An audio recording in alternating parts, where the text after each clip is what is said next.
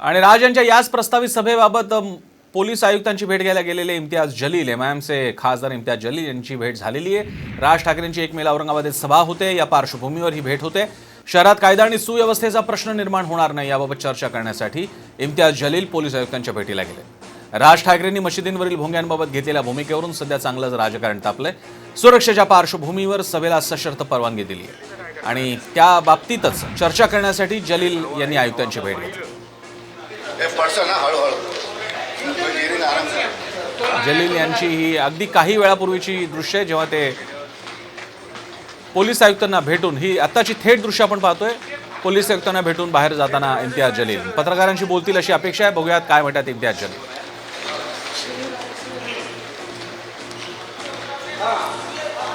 इम्तियाज जलील हे एमआयएमचे खासदार आहेत आणि त्यांनी राज ठाकरेंच्या या सभेबाबत चिंता व्यक्त केली होती आणि हीच चिंता व्यक्त करण्यासाठी ते आयुक्तांची त्यांनी भेट घेतली। पोलीस आयुक्तांची औरंगाबादच्या पोलीस आयुक्तांची भेट त्यांनी घेतली।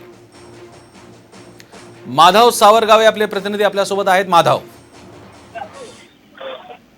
औरंगाबादमध्ये 1 मे रोजी राज ठाकरे यांची सभा होत आहे आणि या सभेच्या पार्श्वभूमीवर औरंगाबादचे खासदार इम्तियाज जलील यांनी आत्ताच औरंगाबादचे पोलीस आयुक्त डॉक्टर निखिल गुप्ता यांची भेट घेतलेली आहे। गेल्या महिनाभरापासून जे संपूर्ण राज्यभरामध्ये भोंगे आणि हनुमान चालीसा यावर जोरदार चर्चा होते आणि त्या पार्श्वभूमीवर औरंगाबादमध्ये राज ठाकरे यांची सभा होत असल्यानं जोरदार चर्चा सुरू आहे।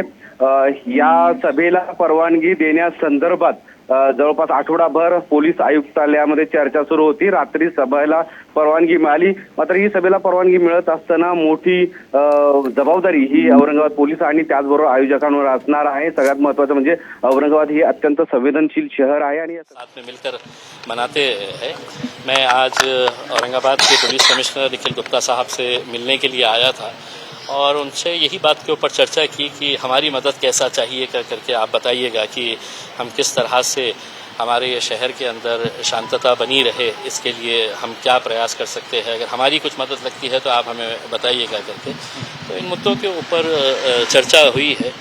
दूसरी बात ये है कि राज ठाकरे साहब आने वाले हैं, उनकी सभा होने वाली है और मैं उनको इतना ही कहना चाहूँगा कि आप 1 तारीख के दिन आपकी सभा है आज मराठवाड़ा सांस्कृतिक मंडल के मैदान के ऊपर करीब 7:30-8 बजे आपकी ये सभा शुरू होंगी। उससे पहले अगर आप हमारे साथ अगर इफ्तार करने के लिए आए और सभी हिंदू मुस्लिम साथ में बैठकर अगर हम कहीं पर बैठ के अगर हम इफ्तार करें तो मेरे हिसाब से एक बहुत अच्छा संदेश जाएगा। रमज़ान एक ऐसा महीना होता है कि जहाँ पर मुसलमान साल भर इंतज़ार करता है और पिछले 2 साल जो कोरोना की वजह से किसी का भी त्यौहार अच्छे तरीके से हम मना नहीं सके हैं, कारोबार बराबर से हो नहीं सका है। आज बहुत सारे दुकानदारों ने माल भर कर रखा हुआ है और वो किसी एक जाति के नहीं है, सभी जाति धर्म और मज़हब के लोग हैं। तो ऐसे लोगों को अपने कारोबार की फिक्र है कि क्या होगा करके। तो मैं औरंगाबाद के ज़िले की जनता को ये आश्वासन देना चाहता हूँ कि हम सभी लोग मिलकर अगर चाहे तो ये शहर की जो एक परंपरा है वो हम साथ में आगे भी उसको लेकर जा सकते हैं। ये सही बात है कि 99% लोग जो है वो शांति प्रिय होते हैं, वो पीस लविंग सिटीजन्स होते हैं। 1% है जो चाहते हैं कि कुछ ना कुछ गड़बड़ हो, कुछ ना कुछ हंगामा हो करके।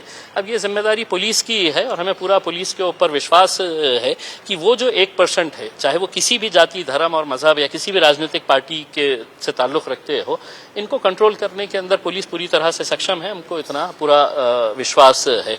हम सिर्फ इतना कहना चाहेंगे जो सियासत करने के लिए आए हैं वो सियासत करे और जो इबादत करना चाह रहे हैं उन्हें इबादत करने दे। तुम्हाला काय भीती वाटते की औरंगाबादचं वातावरण बिघडेल?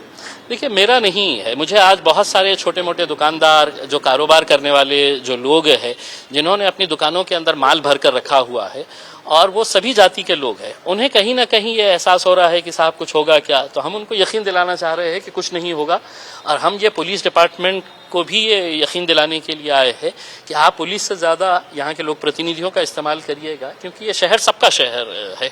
भोंगा उतरवण्याची 3 तारखेचं अल्टिमेटम आणि त्यानंतर 1 तारखेची सभा MIMची कसं बघता या सगळ्याकडे आणि अल्टिमेटमवर तुमची प्रतिक्रिया? देखिए, इसके बारे में महाराष्ट्र के गृह मंत्री ने पूरे अच्छी तरीके से खुलासा कर दिया है। अब हम ये मुद्दा जो है, ये मुद्दे को हम चाहेंगे कि सरकार, पुलिस, प्रशासन जो है वो उसको जिस तरीके से हैंडल करना चाहे। जो कानून है वो कानून हमारे लिए कोई अलग नहीं है। अगर सुप्रीम कोर्ट का कोई आदेश है तो उस आदेश का पालन होना चाहिए, हम भी ये मानते हैं उसमें, लेकिन ऐसा जोर जबरदस्ती से ना करे तो मेरे हिसाब से, वरना इसका कोई अंत नहीं रहेगा इसमें। त्याच्याबद्दल काय सांगाल? हिंदुत्वाचा मुद्दा ते उचलतायत या सभेत. देखिए, मेरा यही कहना है कि ये मैं तमाम लोगों को ये बताना चाहता हूँ, मेरे हिंदू भाइयों को भी और मुसलमानों को भी ये बताना चाहता हूँ कि ये जो मामले हम पिछले कुछ दिनों से, कुछ महीनों से जो देख रहे हैं, ये हिंदू और मुसलमान का मुद्दा नहीं है। ये मुद्दा है कि हिंदुत्व की रक्षा सबसे ज्यादा कौन कर सकता है। तो इसके अंदर 3 पार्टियां जो है वो मैदान में उतरी हुई है। एक तरफ भारतीय जनता पार्टी है, दूसरी तरफ शिवसेना है और तीसरी तरफ ये मनसे है। अब ये तीनों के अंदर ये होड़ लगी हुई है कि सबसे ज्यादा हिंदुओं की रक्षा करने वाला, हिंदुत्व को सबसे ज्यादा मानने वाला, हिंदुत्व के लिए लड़ने वाला कौन सी जमात है। तो ये तीनों के अंदर आपस में कंपटीशन है और जब मैदान के अंदर उतरे हैं तो इन्हें एक सॉफ्ट पंचिंग बैग चाहिए, एक सॉफ्ट पंचिंग बैग चाहिए कि जिसको है तो वो पंच करते रहे। और वो पंचिंग बैग जो है वो तीनों के लिए है तो मुसलमान है कि उनके मस्जिद को कभी टारगेट करो, मुसलमानों को कभी टारगेट करो। लेकिन अच्छी बात यह है कि अब लोग भी बहुत अच्छी तरीके से इन बातों को समझते हैं, तो अब लोग ना बहकावे में आएंगे, ना किसी तरह के कोई भड़काव उसके अंदर आने वाले हैं। लोग समझ गए हैं कि नुकसान अगर किसी का होता है तो गरीब का ही होता है। तो अब मुद्दे अपने अपने पॉलिटिकल इसके हिसाब से जिसको जो जैसा उठाना है उठाएंगे। सध्याच्या काळामध्ये औरंगाबादमध्ये मैं औरंगाबाद के खासदार की हैसियत से मैं आपको यकीन दिलाता हूं कि मुझे 1% भी कोई चिंता नहीं है। और मैं औरंगाबाद की जनता को भी यही कहना चाहता हूं कि आपके मन में अगर कोई डर है, कोई आपको ऐसा चिंता व्यक्त हो रही है आपको, तो बिल्कुल वो मन से निकाल दीजिएगा।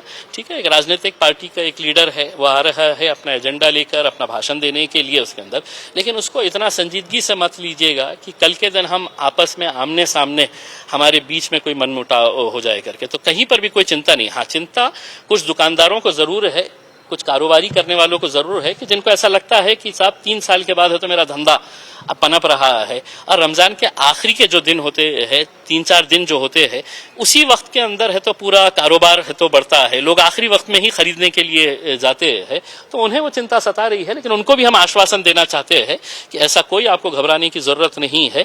औरंगाबाद की संस्कृति, औरंगाबाद की तहजीब को हम आगे इसी तरह से लेकर जाएंगे। निमंत्रण जाऊन देणार आहात का? हेच माध्यमांच्या माध्यमातून निमंत्रण असेल तुमचं?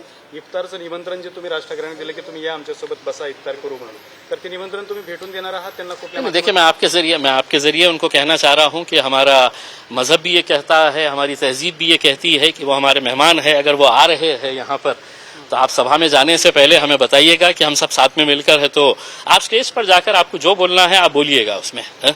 लेकिन हम दुश्मन नहीं है। आपकी अलग राजनीतिक पार्टी का एजेंडा है, हमारी अलग राजनीतिक पार्टी का, दूसरों की राजनीतिक पार्टी का अपना अपना एक एजेंडा है उसके अंदर। तो आपके जरिए मैं आपको ये दावत दे रहा हूं कि आप आइए, हमारे साथ इफ्तार करिएगा, उसमें हम सब साथ में मिलकर करते हैं। नाही, त्यांच्या बदललेल्या अजेंड्यानुसार कोणाला काही वाटतंय, पोलीस इतका पाऊस पाठाला होतो, हे वातावरण बिघडत कसं चाललंय बघितलं आणि काय देखिए, ये तो पुलिस ही अच्छी तरीके, देखिए ये पुलिस ही अच्छी तरह से बता सकती है कि उनके पास कुछ इंटेलिजेंस इनपुट्स है क्या नहीं। मेरे पास ऐसा कुछ भी नहीं है। मैं तो पुलिस डिपार्टमेंट को, पुलिस कमिश्नर को सिर्फ ये विश्वास दिलाने के लिए आया था कि हाँ, आपको हमारी अगर किसी जरूरत है तो हम आपको बिल्कुल पूरी तरह से मदद करने के लिए तैयार है। इफ्तारचं निमंत्रण देताय, पण मनसेच्या नव्या अजेंड्यामुळे महाराष्ट्रभरातील मुस्लिम मनसैनिक ते मनसेला सोडून गेलेले आहेत। आता तुमच्या इफ्तारचा स्वीकार करतील का, निमंत्रणाचा स्वीकार करतील का? देखिए, मैं एज अ खासदार मैं कई जगह के ऊपर कई जगह पे है तो दिवाली के मुबारकबाद देने के लिए जाता हूँ, दिवाली के फराड़ खाने के लिए जाता हूँ। तो मेरी भी ये वो है कि आप भी आइए करके। मैं तो अब एक लेटर है तो हमारे जितने भी शिवसेना के, मनसे के जितने भी लोग हैं उन लोगों को ये भी लिखकर दावत दे रहा हूं कि ईदगाह के अंदर जब नमाज हो जाती है तो सभी लोग आते हैं, आप लोग नजर नहीं आते हैं। मैं आपको इस बार दावत दे रहा हूं कि ईदगाह की नमाज के बाद जब सभी लोग मुबारकबाद देने के लिए आते हैं तो आप लोग भी आइए, वहां पर हम आपका इस्तकबाल करेंगे और एक अच्छा संदेश जाएगा उसमें। तुम्ही एक पत्र काढलेलं होतं आणि ज्यामध्ये सगळ्यांना आवाहन केलं होतं की एमआयएमच्या विरोधात तुम्ही बोलू नका, आणि आता या ठिकाणी तुमची एवढे तुम्ही शांत का होते आणि आता काय भूमिका? मेरा देखिए, मेरा यही था कि मैंने सही बात है कि ये मेरे लेवल के ऊपर मैंने डिसीजन लिया था, न किसी चैनल ने ये चलाया था कि मतलब ओवैसी साहब ने, ऐसा कोई ओवैसी साहब का उसके अंदर दखल अंदाजी नहीं थी, बल्कि मैंने ही ये डिसीजन लिया था क्योंकि हम आखिर में, मेरी और आपकी, हमारी सबकी ये कोशिश होना चाहिए कि साहब कहीं ना कहीं ये मामला गड़बड़ा ना जाए, कोई गलत बात कर डाले, उसमें मीडिया किस तरह से उछालती है आपको भी मालूम है। तो मैंने अपने तौर के ऊपर ये डिसीजन लिया था कि महाराष्ट्र के अंदर किसी ने भी इस ताल्लुक से है तो कोई बात नहीं करना चाहिए करके, और उसका पालन हुआ। बरं, हे औरंगाबाद ही प्रयोगशाळा आहे का? कारण की काही दिवसानंतर आता उद्धव ठाकरेंची देखील सभा होणार आहे, हिंदुत्वासाठी ही प्रयोगशाळा झाली। देखिए साहब, पहले भी ये होता रहा है, जब भी इलेक्शंस आते हैं हर राजनीतिक पार्टी अपने अपने एजेंडा के हिसाब से मैदान के अंदर उतरती है। अब हो सकता है कि इनके जाने के बाद कोई और आएगा, उनको भी हम दावत देंगे, आइए साहब बैठें करके उसमें। लेकिन ये है कि सबकी ये जिम्मेदारी है कि हम सब ने किस तरह से इस शहर के अंदर जो एक भाईचारगी का माहौल है, एकता का जो माहौल है, उसको खराब नहीं होने देना चाहिए, हमारी सबकी जिम्मेदारी है।